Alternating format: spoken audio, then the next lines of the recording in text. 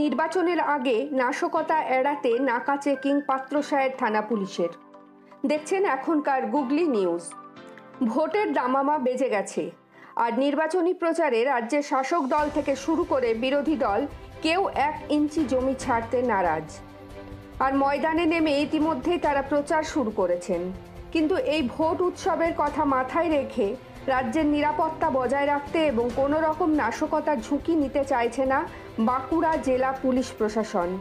তাই বাঁকুড়া জেলা প্রশাসনের নির্দেশ মতো রবিবার বর্ধমান বাঁকুড়া বর্ডার পাত্রসায়ের থানার পুলিশ পাত্রসায়েরের নলডাঙ্গা এলাকায় নাকা চেকিং শুরু করেছেন, যাতে করে কোনো অসাধু ব্যক্তি অসৎ উদ্দেশ্যে বর্ডার পেরিয়ে এ জেলায় ঢুকতে না পারে। আবার বাঁকুড়া জেলা থেকে যাতে অন্য জেলায় যেতে না পারে তার উপরেও কড়া নজর রাখা হচ্ছে। পাশাপাশি রাস্তায় বেরোনো 4 চাকা থেকে 2 চাকা গাড়িতে তল্লাশি চালানো হচ্ছে। পাত্রসায়ের থানার ওসি সাইফুল শেখের নেতৃত্বে পাত্রসায়েরের পুলিশ প্রশাসন কড়া নজরদারি করছেন। প্রশাসনের এই উদ্যোগকে সাধুবাদ জানিয়েছেন পথ চলতি সকল সাধারণ মানুষ থেকে শুরু করে এলাকার সাধারণ মানুষ সকলেই। অতীন ঘোষ, অরিন্দম মণ্ডল নামের 2 পথচলতি সাধারণ মানুষ বলেন, ভোটের আগে এ ধরনের নাকা চেকিং অত্যন্ত প্রশংসনীয়। না হলে কে কোন দিক দিয়ে কি নিয়ে আসবে, যার কারণে কোনো বিপদ ঘটতে পারে। তাই পুলিশের এই নাকা চেকিং অবশ্যই দরকার।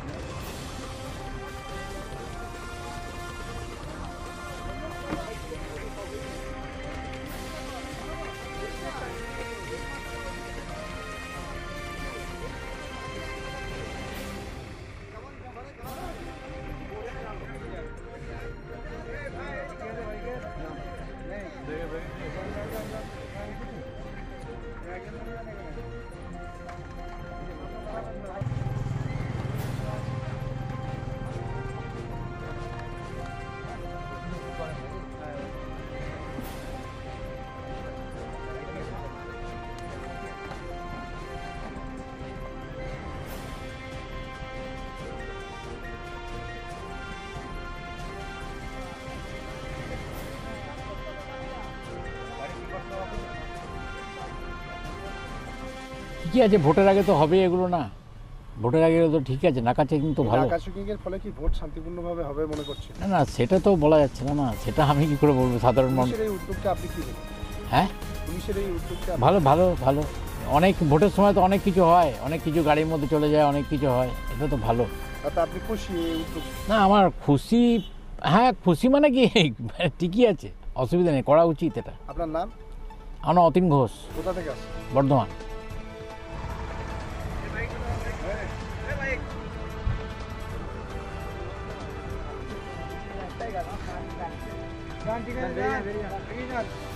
তো বলতে পুলিশের যে কাজকর্ম, যে কাজ যে করছে এটা খুব ভালো, একটু ভোটের আগে এই জিনিসটা করা খুবই দরকার।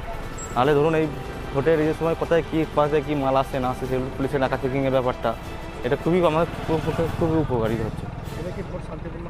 হ্যাঁ, আশা তো করছি ভোট তো শান্তিপূর্ণভাবে হবে, কেননা বাইরে থেকে যে ধরুন কেন্দ্র বাহিনী যে এসেছে, তো তার আগে ভোটের ফল ঘোষণা আগেই যে কেন্দ্র বাহিনী এসে গেছে, তার জন্য আমার তো যেটা মনে হয় ভোট শান্তিপূর্ণভাবেই হবে, কোনো অসুবিধা হবে না।